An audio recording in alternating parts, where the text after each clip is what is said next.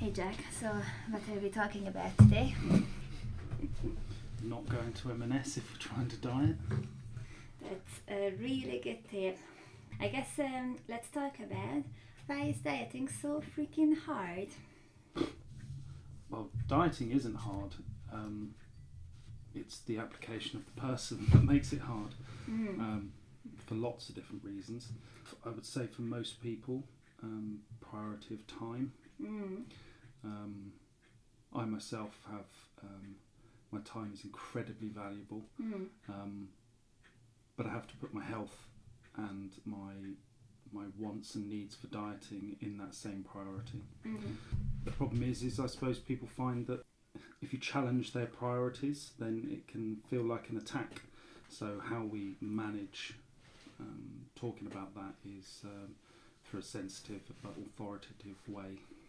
I suppose a big thing, because as we both said, like tend not to put on weight in a time when people typically would put on weight, and I've known people that put on a shockingly amount of weight. It seems amazing that you could do that, to be honest. Like, it's not that difficult, because if you think about it, it's not just that you eat way more and you have that scarcity mindset because you tend to eat those foods that you don't normally eat, so you feel like, well, I have to eat as much as I possibly can because I can't eat it at any other time in the year. We're forgetting drinking as well. That's Of a whole course. other thing. And then we don't move as much, like most people at least don't move as much.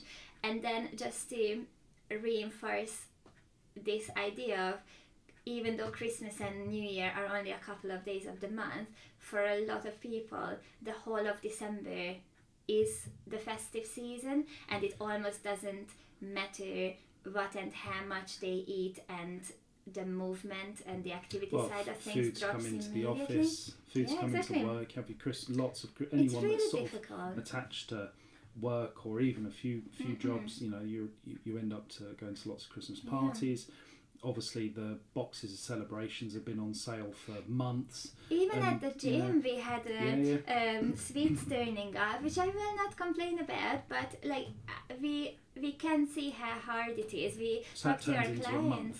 It does become more difficult, and I think it is really unfair to expect people just to have enough willpower to withstand it, because when our food environments are pushing that much food, and food that you don't normally eat or you don't allow yourself to eat, then it's easy to just make that choice in your mind that, like, well, okay, it's only 1 month in the year, or it's only a couple of weeks in the year, I will do it.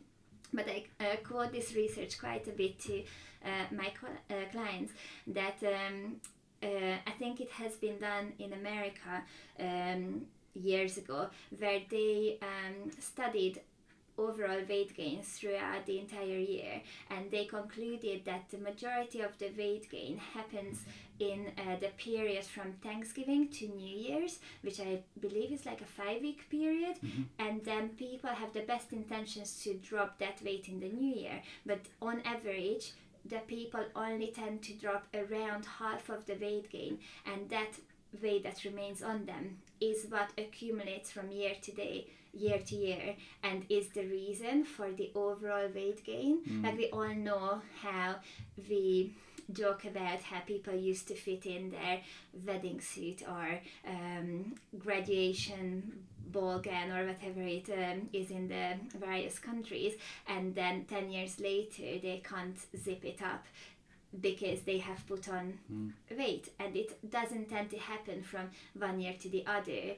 It happens a lot more gradually, and we do have the festive period to blame for it in some ways. Obviously there are various reasons for why it might happen, but that seems to be quite a general reason on a population level. The interesting part, I think, in that is, like you said, if to go back to sort of relationship with food, is if we haven't quite got to grips with our relationship with our food to the most part, then you eat the foods that tend to be higher calorie. We tend to eat more, so our volume, our intake increases. We then feel pretty crap, and then because we feel crap, our mood can dip. And there's a great way to elevate your mood, which is eat some nice yummy food, Yeah. and it's this circle that just goes round and round and round. And then we tend to, like you said, if we're doing it at a length of 5 weeks, so you're able to drop, 4 kilos plus in 6, nearly 7 weeks. It's a lot easier to put on weight in those 5-6 weeks or something. You put all that weight on, then all that guilt comes to fruition usually around January time. There's nothing going on. Everyone's back to work. You kind of don't want to be back at work, so mood drops a little bit more. Then you go to the complete extreme opposite, and we massively restrict to a point that's just not possible. And ramp up activity, because we all know how busy the gyms get. Yeah. And being personal trainers, we do see a lot of those people just using the cardio equipment. So clearly people have a good idea of what they think they should be doing to drop the weight. And cardio is great for weight loss. It does burn a lot of energy. It's super boring, so I'm not too surprised that people don't really stick with it.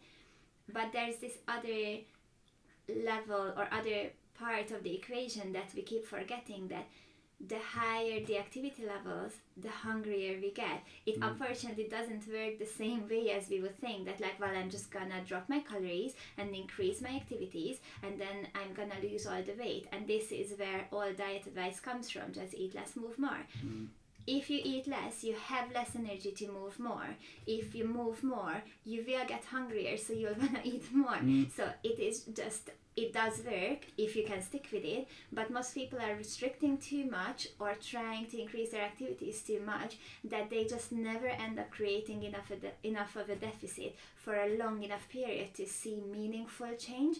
And it is a horrible experience, because who wants to go to the gym every other day, do hours of training, and then see zero results because they end up eating back the calories, or they end up being really good throughout the week, and then Friday evening comes and they order a takeaway, and then over the weekend they might have some drinks out in the pub, and then they just end up eating whatever they want because they have been building up so much hunger, and then while the hunger builds up, their willpower just gets broken down, because it's really difficult to do something that you don't really want to do. You just want the end result. You don't want to do the thing that will get you to that end result, especially because you're making it as hard as you possibly could, because it's not easy. It's simple. It's just not easy. I like to use the analogy of saving money, like savings.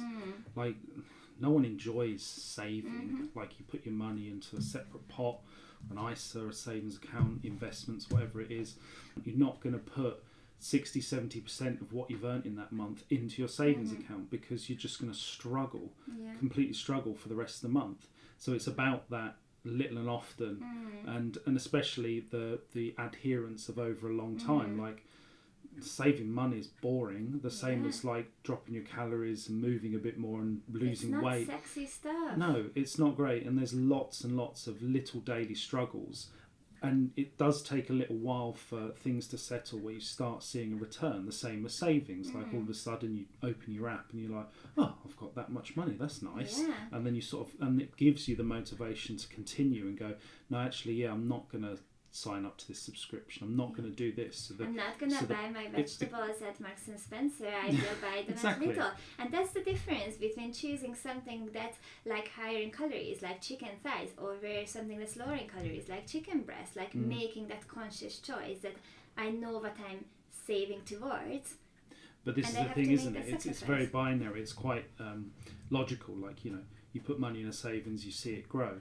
Unfortunately, there's so many other conflicting factors with weight loss. I know it's an analogy that I use, but we've got so many other things that conflict with that, which is why people want to see a result very quickly, because of that motivation. The same as you see that money in the account and you go, bang, okay, now that becomes a higher priority, because I like that feeling of seeing that much money. The same as someone steps on a scale after 3 weeks and they go, oh wow, I've dropped 2 kilos. It's that motivates them to push forward. But if we just push our eggs all into one basket over 5 weeks of indulgence and just flip the lid straight away, it becomes very difficult to sustain it long enough to get a bit of to get a return for their motivation, which probably is why things like your approach, where you've got that bit of flexibility rather than this pendulum swinging back and forth to mass indulgence, to heavy restriction, of being able to do it at the right time, give yourself a bit of a break, and to be able to manage it and know that you're still on track, even if you do have the odd pastry or something like that.